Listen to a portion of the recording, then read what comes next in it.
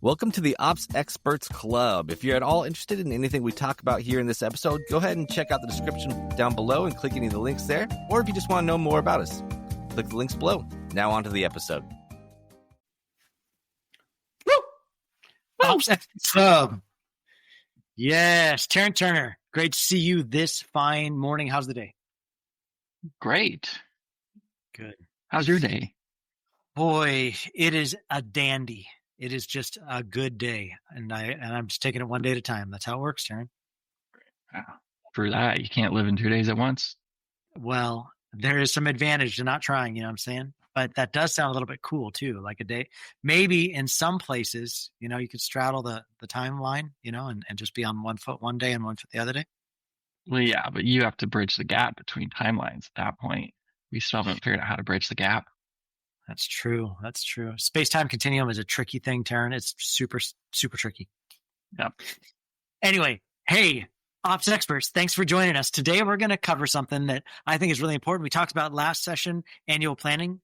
The team just came back this last weekend from being at annual planning. Terryn, we had an amazing time in Montana. Do you had a good time? I don't want to put words in your mouth. Yes, we did have an amazing time. I mean, it's hard not to in Montana, right? The good old state of Kentucky does not ever disappoint. So we had some great weather while we were there, and then it actually snowed on me on the way back. So I had to drive through snow on the way back, and that's what makes you guess. Keep guessing while you're in Montana. But we had a great annual planning, really good time getting leaders together, sharing some good meals, taking in some movies, just laughing, joking, and then also some really good time of planning and scheduling things out and pushing and pulling and getting stuck on issues and really battle testing those things through. I think it's such good camaraderie, and it helps you with, hey, so what's coming up here at the end of the year and how do we tee up into the next year with strength? So I really appreciate the time together with the leaders. What we're going to talk about today is we talked about annual planning last week, and today we're going to lean into, well, what do you do next? What comes next? As we come out of quarter four and we come into quarter one, how do we know that we're going to keep that momentum moving? And so we're going to talk today, Terryn, about rock parties. And man, Terryn, there's some good ones out there. There's like When the Children Cry by White Lion. There's Every Rose Has Its Thorn by Poison. There's, I mean, you could throw a lot of like big hair bands in when it comes to rock parties, but that is not the rock party we're talking about today. What we're talking about, in fact, today is a planning of big initiatives within your business taken from annual planning and then moving with momentum quarter after quarter so that we can get to those annual goals. Yeah. I mean, you could call it a project party, but that was cool. Doesn't feel as cool. And Terryn, did I leave out any good rockers that you're just like, man, those are good examples, Aaron, but I actually was hoping you'd mention X. Well, obviously you left out the classics, Tiny Tim, Weird Al Yankovic. Oh man, we saw the Weird Al movie. If you have not checked that out, Amazon Prime, it's a good one. Daniel Radcliffe holding it down. If you loved him in Harry Potter, you're gonna love him in the the Weird Al live movie expose on the life of Weird Al. So don't miss that one. Yes. Cool. So, yeah, I mean, rock parties are fun, and they call them rocks because the more rocks you carry, the slower you go. So it's a visual image. It is. And Terryn, this feels like an appropriate time for you to talk about conglomerates.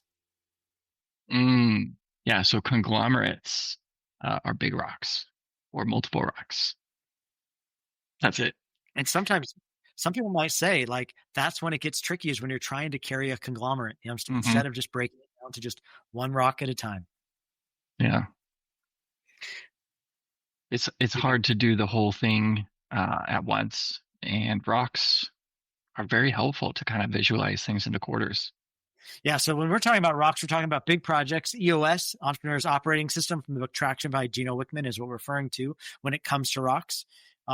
Typically what Gino would say in his book, Traction, would be a rock is anything that's going to take longer than 2 weeks. Probably something that's going to take at least a month, 2 months, 3 months at longest, but something also that as you're calling it out as a project that you give one owner to, right? So as you go to annual planning and you dream up all these things, we identified for the Collab team, what is it that we feel like we need to tie off well for quarter 4, because for us to do annual planning in quarter 4. So how do we tie off quarter 4 well to set us up for best success for quarter 1? And then as we come up with these projects, we'll predict some of them out into future quarters, but we'll assign names to them as well. Who would own these things well, right? And so as we come to a rock party, a lot of that is just iterational, right? We're coming out of quarter 4, now we're coming into quarter 1. Did everybody tie off their big projects in quarter 4 well? Because that's what's going to set us up and catapult us forward into following quarters, right? So as we go through the list, is it done, not done? That's a big thing with EOS and traction is it's not almost there. It's not, I just have one more thing to do. It's like, no. Is it done or not done? Because we're trying to get to an 80% completion rate because that's what's going to move us forward. And once we've tied off everything that's been tied off, okay, the things that didn't get tied off, do we roll those forward? Do those become next quarter rocks? Or the ones that we did tie off, is there a phase 2? Sometimes when you go through a big project, you realize, this was a little bit too big for one biteful. So man, I'm going to have to break this apart. And maybe the first phase is planning and the second phase is execution, or there's a lot of different ways you can phase rocks. But I think being honest with how much you can get through in the amount of time that you've got is a big deal. Mm-hmm. Yeah. Don't ever give yourself too many rocks. A big Achilles for visionaries I found is assuming you can get too much done in too short a time by minimizing. Terryn, you want to talk about that a little bit? The Achilles of minimizing? Yeah, I mean, no matter what you're going to be doing, it's probably going to be more than you think to do it. I have underestimated way too many things in my timeline. And it's just how it goes. But yeah, I mean, even if you're minimizing, sometimes minimizing takes time as well to get to the point of minimizing. So that adds extra layer to it as well. It does. I just know that from my experience, visionaries is like, a very common visionary speak, especially when they're trying to sell an idea is, hey, this isn't going to be a big deal. Hey, this shouldn't take very much time. Hey, you should be able to get in there, just knock this out pretty quick, and minimize that there's probably more to that than you're acknowledging. So I think it's really important when you're deciding what the rocks are that are going to continue forward in upcoming quarters is, hey, person who's actually driving this probably is not going to be you, visionary, right? Person actually driving this initiative, how much time do you think this is going to take? Give me some feedback on what you think is going to go into this. I say we're going to switch CRMs in quarter 1. Should be no big deal. Just drop some emails in there. We don't have to get everything in there. I just want to roll out this initiative. Let's just roll out the first initiative in there, and then it'll just be all the new people that are in there. We don't need to bring all the stuff over, and they aren't thinking through contingencies. They aren't thinking through pain points of what accesses do those people have in other systems that aren't going to translate over into what they purchase in this new system. And I think just using as an example something that we do a lot in the day-to-day, it can be tricky when you aren't going to be the one that actually is the doer, presuming upon the person that is going to be the doer. And I think it's pretty important to ask them, hey, give me your feedback. How long do you think this is going to take? Yeah. And don't be shocked when it takes longer than you think. Because switching to CRM is a pretty big lift. Might sound simple to somebody, but there's a lot that goes into it. And I think too, for the person that is listening to this, that you're like, yeah, frickin' visionaries, they always do that crap to me. They always dump on me. That's always how I'm feeling. Yeah. Get the pitchforks. I do think that it's important to realize there are different perspectives, and a rock party is great because you can hear different takes on things, right? So visionary rolls up and minimizes. You're able to push back and give a little bit more realistic expectation. But I do think there's oftentimes a meet in the middle, right? Where it's like, hey, well, could we do this? Could we still achieve visionary's vision at maybe a lesser expression and just roll that out over time? Because I will say, when you just shut visionaries down with a no, that usually doesn't bode well. That's not something that people get excited about, right? So maybe there's a push and pull. Maybe you, as the one that in this example of switching over CRM, I think that like you realize the lift, you're the tech that's been doing those kinds of things, customer resource management center, right? Like you're the one that realizes how much that's going to be and how it's going to cost. And maybe your wheels are starting to spin and you hadn't even got a chance to think that was going to be something that you're going to have to attack in quarter 1. And it's just this new thing popped on you, and then he minimizes it or she minimizes it. And it's easy to let frustration start to well up. And then you start coming up with all the reasons why that couldn't possibly work. And sometimes it's good just to take a deep breath and a step back and ask, what is it that we're trying to achieve? Like, what is it that you're wanting to get out? What's the reason you want to move to that? And because usually they've got a good reason. Usually it's not just like their buddies doing it, so that's why they want to do it. Usually there's some sort of frustration pain point that we're experiencing. And then maybe the answer is, okay, so is now the time to deal with that based upon what's the pain that you're trying to address. Because if you're planning to roll out a live event this quarter, it probably isn't the best time to be switching over your CRM. If we're coming into some sort of webinar stack that you're going to be like needing to disseminate out a lot of automations from, it's probably not the best time to be jerking around with your CRM. You know what I mean? Like I would say, if there's a lull on it quarter where maybe right after a big launch or a big push, then right behind it, we do some infrastructure lift, So I think pushing and pulling and identifying what's the real pain point here. What are we trying to solve? And then where does it fit best? So not giving them a straight no, but just helping them think through, hey, I hear you. Yes, we can do that. Here are some of my concerns. Is there a lesser version we can roll out? Is there something that we could do downstream a little bit further? Because I'm concerned about these conflicts. Mm-hmm. Yeah, it's a great way to approach it at first. Got to ask the right questions to make sure you're doing the right work. And then just determining too how much you can get done that quarter. And if there's going to be different phases, it's always a helpful piece to add in. Maybe you can't get it all done in one quarter. So now I got to break it out into phases. Yeah. I do think that you do that really well, Terryn. I'll watch you, I'll watch somebody roll up on you, and I know what they're asking is a little bit ambitious, to say it kindly, instead of just audaciously ridiculous, what I'm saying? So that I'm concerned about that may be a little bit ambitious for them to want that so quickly. And I think you're always so good at this because I very rarely hear you tell people no, but I do watch you switch into a question, like a fact-finding phase. You're like, okay, tell me a little bit more about that. Where's that coming from? Okay, what about this? Have you thought about this? Is this what you're trying to achieve? Because sometimes you may be able to actually scratch the itch without even doing what they're asking for because they're just assuming it has to be this full-fledged change up. But maybe it doesn't need to be a whole operational change that's that far reaching. Maybe there could be a lesser thing. So I think it's really important at rock parties. You've come out of annual planning. You've got through the first quarter of rocks and maybe they've turned out bigger or there's been a new opportunity or there's something that's rolled at you to take some conversational time to roll that in, which is probably a really good time, Terryn, to insert how much time should a rock party take? Annual planning, we just spent a full day doing annual planning. How much time do you think a rock party should take? Well, if you're prepped ahead of time, people come to the meeting prepped and prepared, 30 minutes minimum, good 45 minutes to even an hour is great. But yeah, if you're not prepped, you're definitely pushing above an hour to get a good rock party. And also depending on how many people are there. That's true. A lot of cooks ruin the soup, Terryn. You got to be careful. Too many cooks in the kitchen ruin the soup. I'll stay too. That's a new one. No, too many cooks ruin the soup. No, that's a good one, bro. You look that one up. You could find that idiom. That one will hold up every time. But I called myself out. I was on an L10 just this last week, and I didn't extend the L10. And I was trying to attack rocks for quarter. We're coming into quarter 4. And I'm like, hey, we're going to save the rocks to the end and we're just going to try and hustle through it and see if we can get through it. And we got into the thick of it of trying to do a rock party stuffed into a normal level 10, 60-minute meeting. And we got halfway through the rocks and then we're just hustling them through at the end. And I'm like, hey, I just need to apologize because I hear the voice of Terryn Turner in my head right now. And he's just telling me, come on, bro. Remember, you have to add extra time on the back of your meeting. It's not realistic just to think you can get through all this stuff in a 60-minute meeting. That's not fair. Yeah. You definitely need to add some extra time in there. Yeah. So I'm going to start putting maxims up on my wall from Terryn Turner.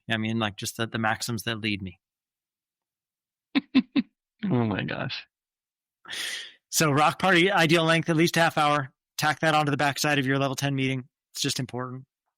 I'm still okay, even if we want to advocate for do all the rocks at the same time. If you want to kick rocks to the end of the call, that's okay. Then just quickly go through how did we finish the quarter with rocks, and then let that inform what the next rock should do.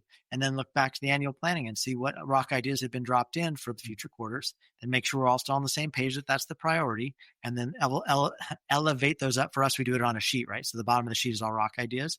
Rattle those things up to the top and put them back in. So a lot of times for us, what we'll do is Terryn will be leading a meeting. I'll be leading. Whoever's leading will come into the meeting where we'll be like, okay, does everybody still feel good about these rock ideas that we had presupposed for next quarter? And what you're really looking for is for Visionary and the people on the call to green light the things that you do. And so we'll just go through and start highlighting in green the ones that are green lit. And then from there, the to-do coming out of that meeting will be somebody on the call, usually whoever's running the actual, in typical L10 fashion, there's somebody that's scribing and somebody that's guiding, so whoever's guiding the meeting will ask the scribe, hey, will you do me a favor? Will you take on a to-do this week just to shake down the rocks list, make sure it's clean and bring it back. And as they get that done next week, guys, if you could start adding milestones into rocks. And maybe Terryn, you want to talk a little bit about milestones for rocks for the rock party? Mm-hmm. Yep. I always like to start with the definition of done too, so I know what the heck we're talking about. Yes, dude. Give me definition for done. DOD. Yeah. So you can have something that's kind of written out in the rock and it came quickly, or it just came from what was typed in there, but it might not make much sense in 3 months if you actually accomplished what you set out to accomplish. So get a good DOD in there, definition of done. And so then by the end when you've actually accomplished the rock or pivoted. Pivot. Terryn Turner's favorite word. Did we pivot? Yeah, I mean, other than that, you just get some milestones in there. Just be breaking it down into bite-sized chunks. You could have 3 milestones. You could have 10 milestones, whatever's comfortable with you and your project planning task. Gives people just a chance to try to plan their own projects out. I love helping people create milestones, getting them to their definition of done. I usually end up doing maybe like 5, 6 milestones. It gets me to a rock completion. Yeah, I think it's super smart. And I think that one of the biggest points for putting in milestones is not only for getting the rock's completion, like Terryn said, you're giving yourself chiseled out amounts of time every week for the weeks that are all collected in that quarter. But I think it's also makes the level 10 meeting go so much faster if everybody is just self-managing well. And then is the rock on track or off track is dictated by your milestones. So all you're asking is, hey, how are the rocks looking? Is everybody to their milestones? Is there anything that we need to talk about here where you're off track on your milestones? And if so, do we need to bump it over to the issues list, or do you want to just give us a quick update here? And that way you keep everything in that 5 to 10 minute increment as you go through each step of the level 10 meeting, and you save the most amount of time at the issues or at the end to be discussing issues. So I think you're creating a cadence. You're creating an accountability. You're creating a system for people to make sure that they have their own milestones in there. You're letting them be self-managers. And then all you're doing is holding people accountable to what they said that they would do. We all agreed that these were the rocks we were going to carry. And then that was entrusted to you, one name associated next to each rock. Even if it's a company rock, even if it's going to have multiple people implicated, we want to get that back to know just one person is responsible for this rock. And if that one person was responsible, they're the one responsible for putting in the milestones. And they're the ones that we're going to hold accountable every time we meet. Hey, where are we at with this? Are we on track or off track based upon your milestones? I would say milestones are huge, because otherwise people just like shoot from the hip, and you come into that L10 meeting for the rock section of the meeting and you say, hey, are we on track, off track on this? And they're like, I'm winging it. Yeah, we're on track. What does that mean? Like that, like you just like, can we trust that? Are you just saying that because you don't want to be embarrassed in front of your peers, or is it on track based upon dates that we all agreed upon we're going to be good for getting that rock to the finish line? Yep. Yeah. And when it comes to different types of rocks, you can see it's not always about what's new or what's coming up that hasn't happened before. A good spot for rocks is something you're responsible for on a regular basis. If it's big enough, like if you do the same marketing push the same time every year, add that in as your rock, because that's going to take a lot of your bandwidth. And so that's also going to dictate how many other rocks you can take. If you don't have anything going on that's on a regular, recurring basis, that's fine too. You don't have to force it, but it just allows it to be like, oh, why do they only have 2 rocks? It's because they have the marketing event. Well, if you list it in the rocks too, then it becomes clear you're doing these 2 rocks plus this, even though it's happening already. No, that's good. And some quarters are different than other quarters, right? Because some quarters you may not have those big pushes or those things that are coming up, and you might have more room to take on more rocks. I know another good example would be like we open a lot of coffee, right? We do a lot of coffee shop drive-throughs. New location is one that's probably going to affect everybody in the org. I mean, like we're probably all going to have some sort of feeling in a leadership team level with a new opening, with a new location. So be thinking through, like if we have a new location, that's probably not just one person on the team is going to be owning the rock of opening a new location. There's going to be probably different moving pieces with big initiatives like that. So ask yourself, how big is this initiative and how far does it reach? And is it fair to leave the whole thing just captained by one person instead of like, no, there are probably different pieces. So for us, it's like, okay, so who's managing the construction? That's that person's rock this quarter, right? Who's managing the hiring and rolling out all the things that the team is going to need, right? Because that's probably going to be a pretty big rock. Who's handling the marketing, right? Because we probably need to put some marketing behind that. Like, it's not going to be fair for me to ask all of that from one person. They're going to choke. That's too big of a rock for one person. That's too big of a load, too big of a conglomerate, Terryn. We got to break down that conglomerate, not individual rock, each individual. Yeah. I mean, that's a great point. Although you do have one rock owner, just like you have one person in charge. I'm not going to say what Aaron likes to say at this point. You can say it if you want to, Aaron. No, you say it. I like it when you quote me. It makes me feel powerful. One throat to choke. One throat to choke. Yeah, I mean, and that's just basically meaning, somebody needs to be responsible for the overall completion, even if they're not the one doing all the work. They need to make sure if it's multiple people, that all those people are aligned and somebody's pushing them along to make sure so-and-so gets what they need done, so that so-and-so can step in and do their part now. Yeah. Super important, because otherwise, if you leave multiple people responsible for something, you're just setting yourself up for a whole lot of finger pointing at the end. Like, oh, I thought you were doing that. Oh, I thought you were going to own that. Oh, I assumed that you were going to. And then it's like at the end, you're not going to get your rock to completion. And what we're shooting for is 80% complete on all the rocks. We all agreed these were the initiatives that needed to happen at this timeline for us to hit our annual goal. We all made that decision at annual planning. We then parsed those out to names, and based upon skill set, based upon responsibilities within the org and gifting, like we've handed those pieces out. We took the first quarter on.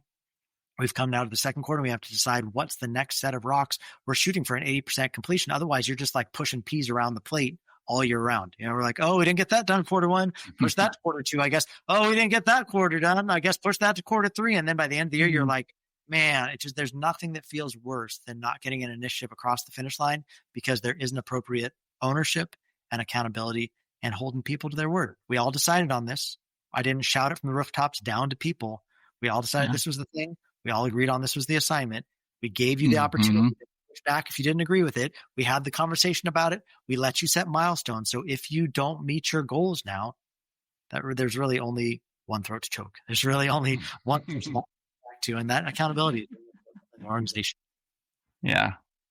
And just like too many cooks ruins the soup, too many peas ruins the soup too. So, dude, Terryn, I don't know if I can agree with that because I'm a big pea consumer, and I think that peas are pretty powerful. Wow. You're the first I've ever met. Well, Terryn, split pea soup. You want lots of peas. That's all I'm saying. Only ever in that one. That's it. Okay, I can agree with that. 90% of the world's pea consumption is for that soup. That's it. Firm believer. Man. Thank you, Ohio, whoever is the pea capital of the world. I actually think it comes from someplace else. Anyway, so thank you for joining us today, Ops Experts. I hope that rock parties have served you well. I hope that indeed you do love Guns N' Roses. I hope, man, you do leave a space for AC/DC in your music library. But at the same time, we don't want you wearing leathers. You don't have to tease out your hair and bring big hair to these parties. We just want you to show up and discuss what the big initiatives are every quarter to get us moving one step at a time towards our annual plan. Yes. Just remember, I'm never going to give you up. Woo! I love it. And with that, we'll end the show today. Terryn Turner, excellent talking with you. Ops Experts, I hope you enjoyed the show. We'll see you next week here on Ops Experts.